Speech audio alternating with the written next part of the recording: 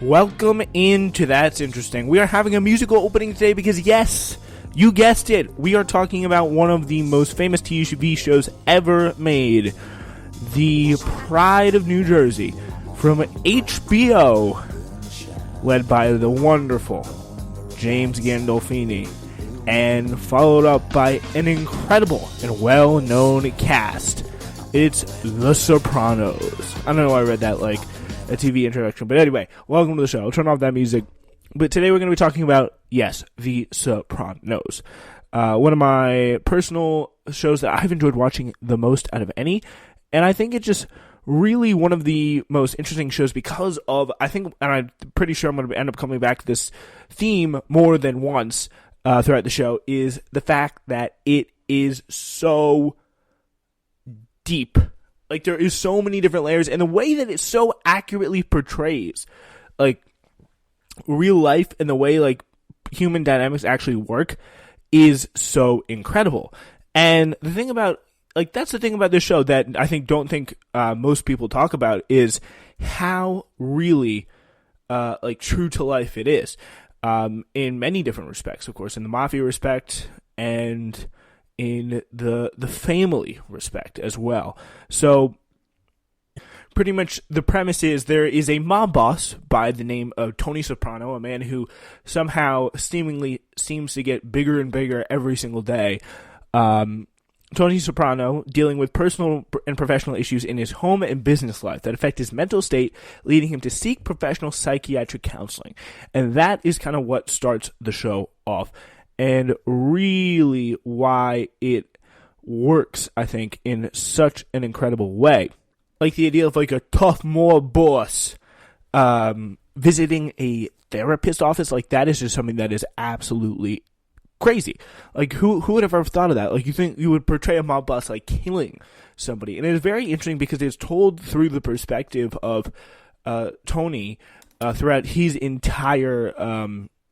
And I mean, I really want to say this kind of does take away from the premise of what you may expect from a show.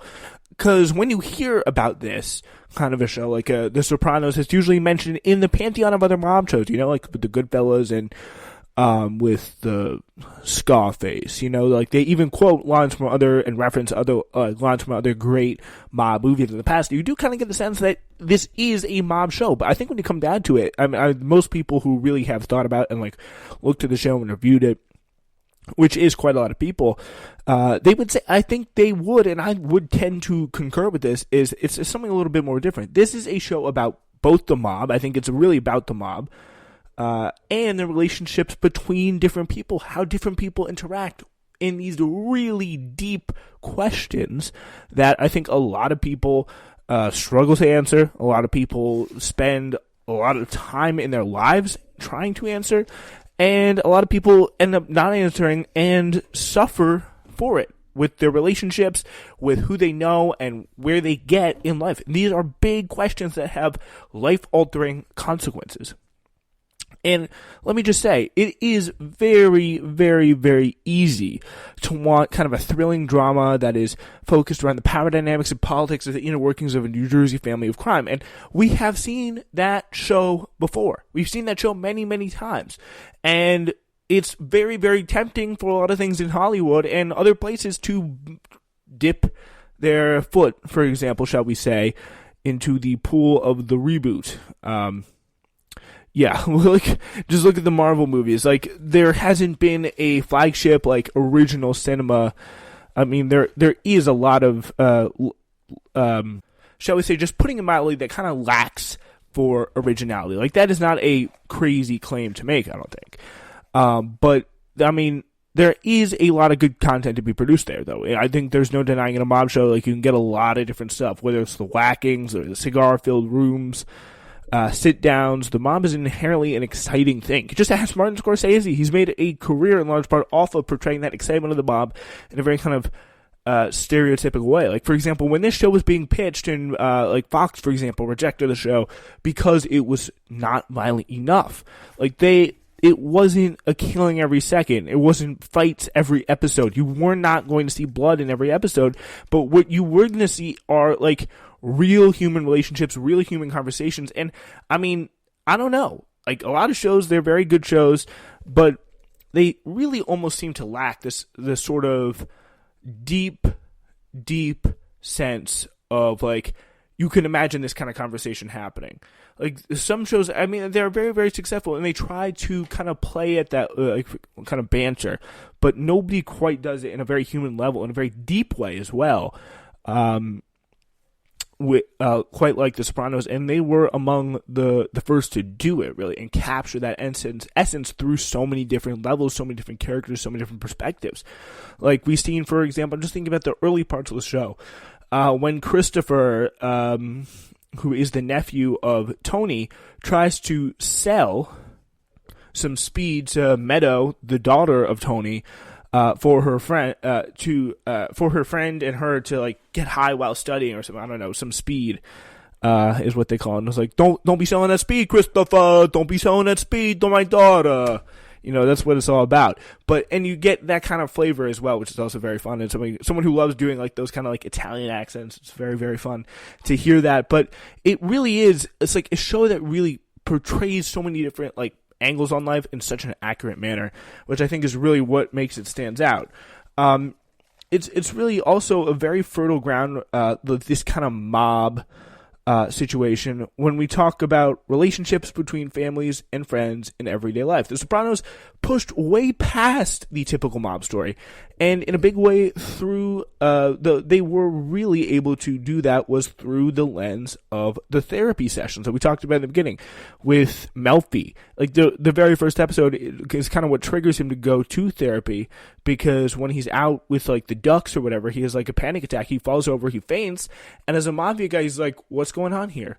And what he decides to do is he's kind of recommended it by his doctor. He's sent over to this Jennifer Melfi.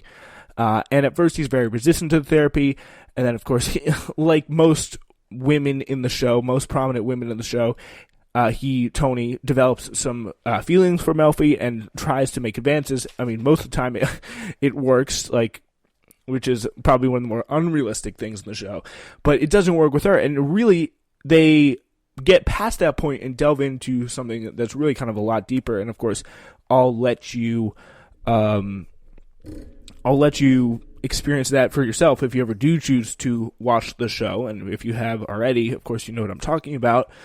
If you look at it through the lens of the typical mob show, I mean, the perspective that it takes cannot be ignored. It's really unlike anything before. Like that is like what kind, you don't see, pretty much the point I'm trying to make is you don't see what's happening in Goodfellas with the daughter and the nephew and the kids. Like it's so much, for example, a recent vintage, we're talking about like The Irishman, right?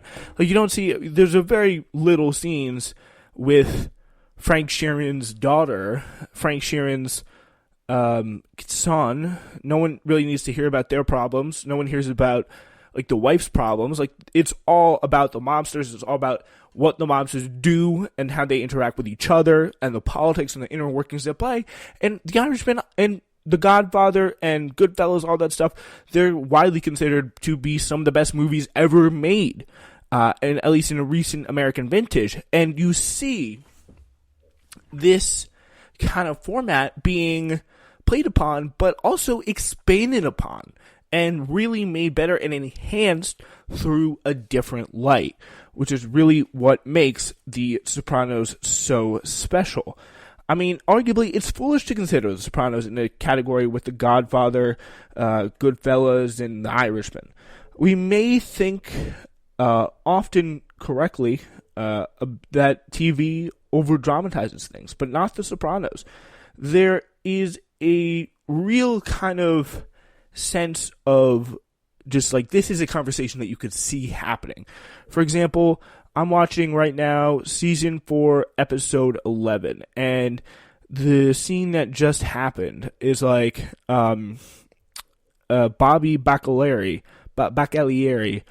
whatever you say his name, Bobby Bacala, as they call him in the show, is having dinner with the sister of Tony, Janice, who kind of moves into his life and comforts him and helps him and supports him after his his wife Karen dies in a car crash, supports the kids, helps the kids, and tries to get him to move on. And they're having a baked ziti, which is Karen's last baked ziti that she ever made while she was alive before she got hit. And it's something that Bobby has been struggling to do for months.